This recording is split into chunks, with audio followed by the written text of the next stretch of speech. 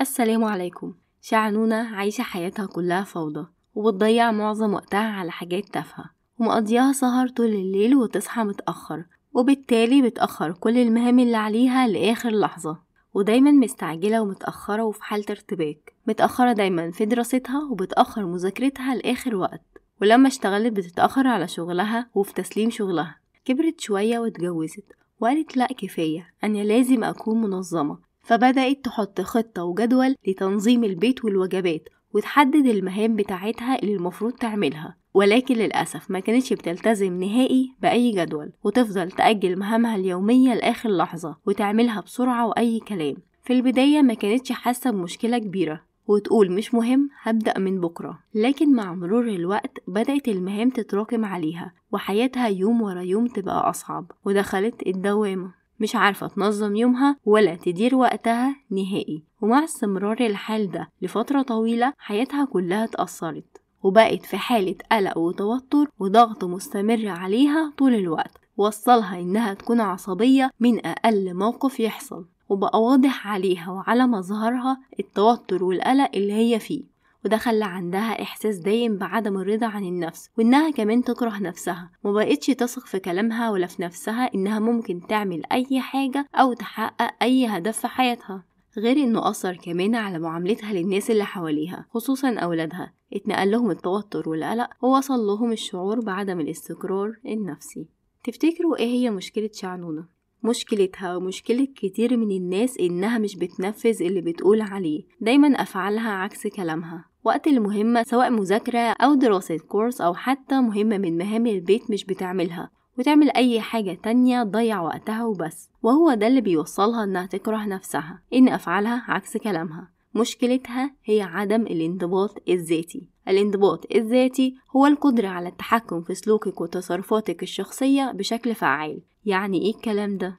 يعني إنك تقدري توجهي نفسك لتحقيق هدفك وتلتزمي وتلزمي نفسك بالتصرف بالطريقة الصح اللي هتساعدك إنك تحققي هدفك وتكملي الطريق للآخر، وإنك كمان تقدري تنظمي وقتك وتحددي أولوياتك وتلتزمي بمسؤولياتك، وقادرة تتغلبي على كل الأغراءات اللي حواليكي علشان تبقي مركزة على هدفك وبس. فالانضباط الذاتي مهارة مهمة جدا لتحقيق أي نجاح في حياتك عموما، سواء كنت طالبة أو بتشتغلي أو زوجة وأم. طب إزاي تكتسبي المهارة دي؟ تعالوا نشوف الحل في خطوات عملية. أول خطوة، حددي هدفك واكتبي خطتك. تاني خطوة، اكتبي أسبابك ليه عايزة تعملي الهدف ده بالذات، والأسباب دي هي الدافع ليكي. وقت ما يحصلك فتور أو كسل أو حسيت إنك مش قادرة تكملي، هترجعي وتفكري نفسك بالأسباب ليه عايزة تعملي كده. تالت خطوة، جددي نيتك دايما لله. فأي مهمة أو أي حاجة عاوزة تعمليها حطي دايما نية لله علشان تاخدي أجر وثواب وانتي بتعمليها، وتاخدي كمان ثواب على تعبك اللي هتتعبيه. رابع خطوة، حددي الوقت، وده هتقسميه لجزئين. الجزء الأول هتحددي مدة الهدف عموما، شهر، شهرين، سنة، 4 سنين، أيا كانت المدة هتحددي المدة الكاملة هتبتدي امتى وهتخلص امتى. تاني جزء مهم، هتحددي الساعة اللي انت هتشتغلي فيها يوميا لتحقيق هدفك، يعني مثلا من 6 ل10 ده وقت شغلك وعمل المهمة اللي عليكي، فما فيش أي حاجة هتتعمل في الوقت ده غير شغلك ومهامك وبس. الوقت ده هو وقت التركيز التام بعيدا عن أي مشتتات، وده هيوصلنا للخطوة الرابعة وهي تحديد المكان. هتحددي مكان يكون مريح ليكي بعيدا عن أي مشتتات، وتلفونك يبقى صامت، وتهتم دايما بترتيب وتنظيم المكان ونظافته. الخطوة الخامسة، ابعدي عن أي أعذار. يوم ما تلاقي نفسك بتقولي أنا عايزة أعمل لكن تعبانة، عاوزة أنام، ما نمتش كويس، متضايقة دلوقتي بعدين هعمل، ماليش نفس دلوقتي، خلي ده يبقى انذار ليكي انك كده بتهربي، وابدأي فورا في المهمة واعملي خدعة بسيطة وقولي هعمل جزء صغير بس من المهمة، وأول لما تبتدي 20% من المهمة هتلاقي نفسك خلصتيها كلها. ودي طريقة فعالة ومجربة لكسر حاجز البداية، وكمان مخك هيفرز هرمون الدوبامين اللي هيخليكي تكملي المهام اللي بعد كده. ولو عايزة تعرفي أكتر عن الدوبامين هسيبلك لينك الحلقة في صندوق الوصف.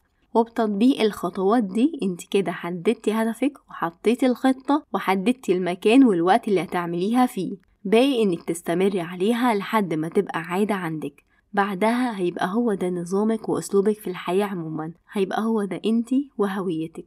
ملخص اللي فات، خطة التزمي بيها، استمري عليها، هتبقى قاعدة عندها هتشوفي نجاحك. والسر كله في الاستمرارية. كمثال، كل الرياضيين في العالم الأبطال عارفين كويس جدا إنهم مجموع عاداتهم اليومية. علشان يكون بطل رياضي مش بيتدرب يوم واحد وبس، أو يتحمس زيادة فيتدرب يوم كامل أو أسبوع كامل مكثف، إنما بيستمر على التمرين يوميا لسنين، وهو ده اللي بيخليه بطل. وعلشان يبقى عندك استمرارية لازم يبقى عندك إرادة، ولأن الإرادة زي العضلات كل ما تتمرني عليها كل ما هتبقى أقوى، فلازم تدريب وممارسة عملية ليها. والتدريب العملي للإرادة وأساس الالتزام بأي حاجة في الدنيا هي الصلاة. الصلاة هي مفتاحك للانضباط والتنظيم الذاتي. الصلاة مفروضة علينا 5 مرات في أوقات محددة، ولما تلزمي نفسك بالصلاة في وقتها هتعرفي تلزمي نفسك بأي حاجة في الدنيا. ولو انتي مش منتظمة في الصلاة، دي خطوات صغيرة هتساعدك كتير. أول خطوة، نزلي برنامج الصلاة على تليفونك. تاني خطوة، حددي مكان واحد للصلاة مع سجادة صلاة خاصة بيكي وتكون مفروشة على طول. تالت خطوة، الزمي نفسك يوميا أول ما تسمعي صوت الأذان صلي على طول. خامس خطوة، قرري ده يوميا، فهتبقى عادتك انك أول لما تسمعي الأذان بتصلي على طول. بعدها خلاص هيبقى ده انتي وأسلوبك في الحياة. الصلاة مش عبادة يومية وبس، الصلاة حياة. الصلاة هي فرصة لزيادة الوعي والانضباط الذاتي عندك، وانك تتحكمي في نفسك وسلوكك كويس جدا. ولما تلتزمي بيها هتشوفي تأثيرها الإيجابي على حياتك كلها. ودلوقتي يجي دوركم، هل انت عندك المشكلة دي انك تحطي خطط كتير وجداول وما تلتزميش بيها؟ ولو التزمتي فضلتي مستمرة عليها قد ايه؟ كنت تعرفي ان المشكلة دي سببها هو عدم الانضباط الذاتي؟ ولو فعلا عندك المشكلة دي أثرت على حياتك ازاي؟ لو كان عندك المشكلة دي وحلتيها، ياريت تكتبيلي تجربتك كاملة في التعليقات وحلتيها ازاي، علشان تبقى تجربة عملية الكل يستفيد منها. وان شاء الله هعرضها مع اسمك في حلقة من حلقات الجاية. وخلي نيتك هي نفع الناس. وأخيرا ما تنسوش تدعموني بلايك وشير وتشتركوا في القناة. شكرا لكم.